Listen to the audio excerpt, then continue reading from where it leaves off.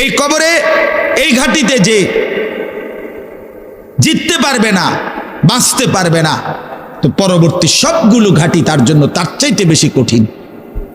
এই কথার কারণে আমি ভয় পাই। কবর দেখলে আমার মনে পড়ে, হায় আমি এই কবরের আযাব থেকে বাঁচবো কিনা, এই ভয়ে আমার কাঁদতে থাকি। তো এরপরে তিনি বলছেন, হযরত উসমান রাদিয়াল্লাহু তাআলা আনহু বর্ণনা করেন যে আল্লাহর নবী সাল্লাল্লাহু আলাইহি সাল্লাম বলছেন, আমার ভাই খেয়াল করে শুনেন, নবীজি নিজে বলছেন, আল্লাহ রাসূল সাল্লাল্লাহু আলাইহি সাল্লাম জীবনে কোনোদিন একটা শব্দ বানায়া বলছেন? কথা বলেন। অতিরিক্ত বলছেন, বেশতি বলছেন, শুধু ভয় দেখানোর জন্য বলছেন না, তামাশা করে বলছেন? এটা আপনাদের ইয়াকিন তো? কথা বলেন না। আল্লাহর নবী সাল্লাল্লাহু আলাইহি সাল্লাম বলেন, মা রাআইতু মানজারান কাত্তু ইল্লা ওয়াল কবরু আফজাউ মিনহু।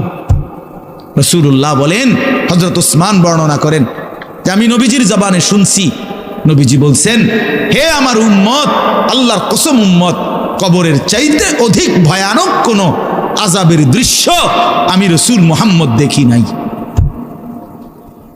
আমি দেখিব। রাসূলুল্লাহ সাল্লাল্লাহু আলাইহি সাল্লাম বলছেন। প্রিয় ভাই আমার, আল্লাহর নবী সাল্লাল্লাহু আলাইহি সাল্লামের সরাসরি হাদিস, যে ব্যক্তি কবরের 3টা প্রশ্নের জবাব দিতে পারবে না, রাসূলুল্লাহ সাল্লাল্লাহু আলাইহি সাল্লাম বলেন, আল্লাহ তাআলার পক্ষ থেকে তখন ফেরেশতাদের কাছে ঘোষণা আসবে, আফরিশুহু মিনান নার ওয়ালবাসুহু মিনান নার ওয়াফতাহু লাহু বাবান ইলান নার।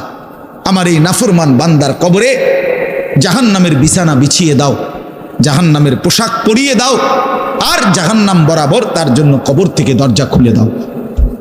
ফেরেশতারা যখন এই কার্যক্রমটা শেষ করবে, প্রথম জাহান্নামের বিছানা বিছায় দিছে, পোশাক পরায় দিছে, জাহান্নাম বরাবর দরজা খুলে দিছে, আল্লাহর নবী সাল্লাল্লাহু আলাইহি ওয়াসাল্লাম বলেন, একজন ফেরেশতা এসে তখন ফায়ুদরাবু লাহু বিমিতরাকাতিন মিন হাদিদিন, নবীজি সাল্লাল্লাহু আলাইহি সাল্লাম বলেন, তখন একটা লোহার হাতুড়ি, লোহার গুর্জ, লোহার হাতুড়ি দিয়ে একজন ফেরেশতা তাকে একটা আঘাত করবে।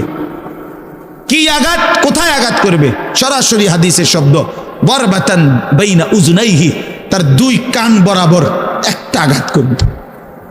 রাসূলুল্লাহ সাল্লাল্লাহু আলাইহি সাল্লাম বলেন, ফায়াসিহু সাইহাতান, ওই নাফরমান তখন এত জোরে চিৎকার করবে, ইয়াসমাউহা মান ইয়ালিহি ইল্লা সাকালাইন, মানুষ এবং জিন ব্যতীত আল্লাহর সমস্ত সৃষ্টি ওই বেঈমানের চিৎকার শুনতে পায়। এই কবরের আযাব। ছেলেরা আমার, দোস্ত আমার, বাপ আমার, বন্ধু আমার,